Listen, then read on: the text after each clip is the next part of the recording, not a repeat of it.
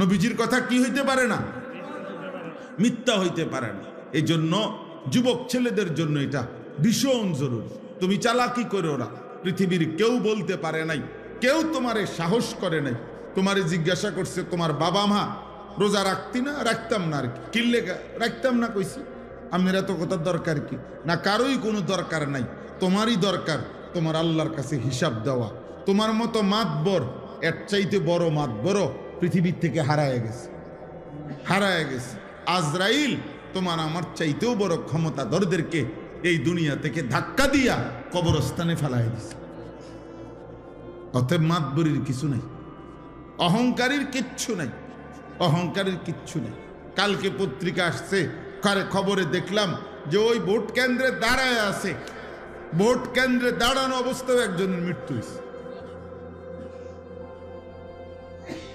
তাইলে এক চিরন্তন বাস্তবতা, এক চিরন্তন সত্য এটা। অতএব রোজা আমাদের কোনোভাবেই রমজানের রোজা একজনের রোজা না, বরং একজন আরেকজনকে রোজা রাখতে আমরা উৎসাহিত করব ইনশাআল্লাহ। রাসূলুল্লাহ সাল্লাল্লাহু আলাইহি ওয়াসাল্লাম বলেন, আসসিয়ামু জুন্নাতুন, রোজা হচ্ছে গুনাহ থেকে বাঁচার ঢাল স্বরূপ ঢাল।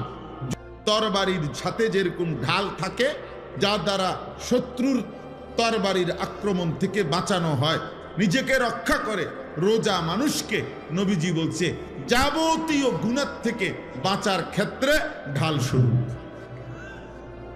আল্লাহ তাআলা তৌফিক দান করেন।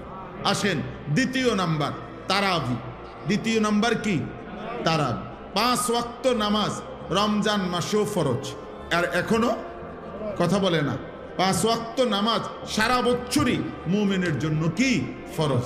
একটা কথা ছেলের আব্বা, তুমি খাও দাও ফুর্তি করো, যাই করো, কোনো অসুবিধা নাই, মনে রাখো, বাকি এতটুকু মনে রাখো, তোমার ভোটার আইডি কার্ড আর জন্ম নিবন্ধন সনদের হিসাবে না, বরং আল্লাহ রাসূল সাল্লাল্লাহু আলাইহি ওয়াসাল্লাম বলেছেন 5 ওয়াক্ত নামাজ যার জীবনে নাই, আল্লাহর নবী বলছে তার জীবনের মধ্যে ঈমানও নাই, ইসলামও নাই।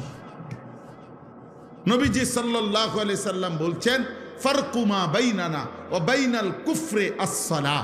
কোন ব্যক্তি ঈমানদার নাকি কাফের, এটা পার্থক্য করার চিহ্ন আল্লাহর নবী বলেন নামাজ। অতএব নামাজবিহীন কোন নাফরমান যদি একেবারে 1 কোটি বারো চিৎকার দিয়া মাইকিং করেও সে বলে মুসলমান, আল্লাহ রাসূল বলছেন না, সে মুসলমান না। নবীজি বলছেন না।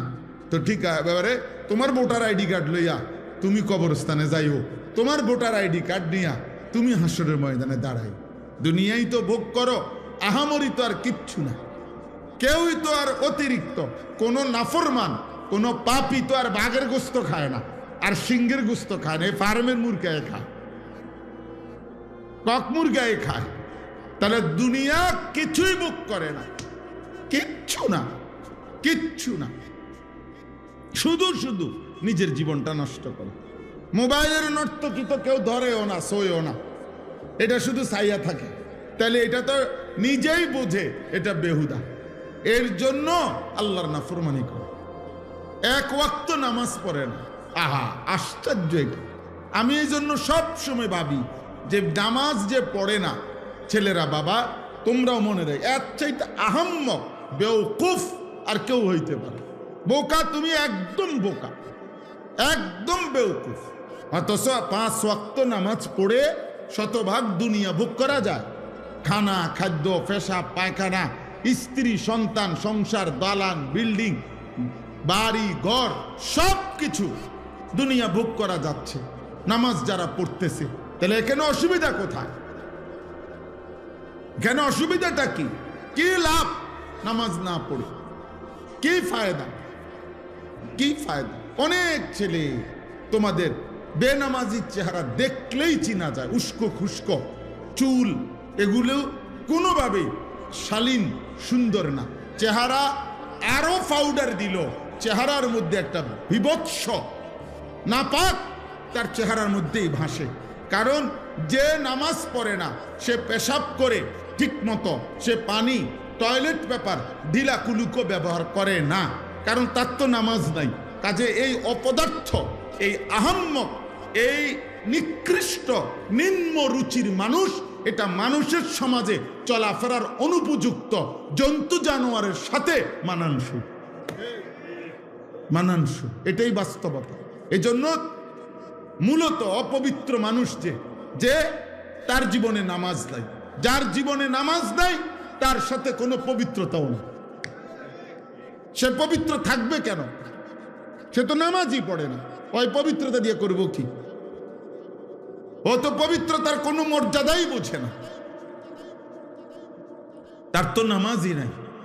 এই জন্য দোস্ত, প্রথম কথা এটা, 5 ওয়াক্ত নামাজ, এটা ছাড়া মুসলমান হতেই পারে না। এটা একেবারে সহজ কথা। মান তারাকা সালাতাম মুতাআম্মিদান ফাকাদ কাফারা। নবীজি বলেন, ইচ্ছে করে যে নামাজ ছেড়ে দিল সে কাফের হলো। একেবারে বিশুদ্ধ হাদিস। ফাকাদ কাফারা, সে কাফের হলো। নবীজি বলছেন, তুমি জিজ্ঞাসা করে দেখো। আল্লাহ রাসূল সাল্লাল্লাহু আলাইহি সাল্লাম বলছেন, তো যিনি বলছেন সে কাফের হয়ে গেল, তো বড়ারে সুপারিশ করবো জিলাপি দিয়া। হ্যাঁ করো, আমনে খান বইয়া বইয়া জিলাপি, আমনে বিরিয়ানি খান কারাকারি কইরা। হ্যাঁ দেখ, অনেক বড় ক্রেডিট বেটা, 60টা লইছে, 60টা ফুটলা লইছে। ছি ছি ছি ছি। অথচ একটা বাচ্চা হয়তো তার এই 4টা লওয়ার কারণে বাচ্চাটা অজরে কাঁদছে, বাচ্চাটা হয়তো পায় নাই। তুই বেটা একটা বাচ্চার মুখের খাবার কেড়ে নিলি, আবার এটা ক্রেডিট হলো কি? তুই তো জালেম বেটা, এটা জালেম না? কথা বলে না, এটা এটা এটা ক্রেডিটের কিছু হইলো? এটা বড়াইয়ের কিছু হইলো না? হ্যাঁ, এটা ক্রেডিট। 60টা লইছি, আমি 3 প্যাকেট লইছি। কেমনে রয়েছে? কারাকারি কইরা। তো মানুষে দেখছে না? মানুষে দেখছে তো কি কইছে? মানুষে হাঁটছে আমার মতো বাটফারে দেখা। মানুষে বুঝে যে এই ডাকাত যে মানুষের খাবার খাইরা নেয়, এটার আর কি কইতো? আস্তাগফিরুল্লাহ, আস্তাগফিরুল্লাহ। আব্বা, এটা কোনো ক্রেডিটের কিছু না, অভদ্রতা কোনোদিনও সৌন্দর্য নয়।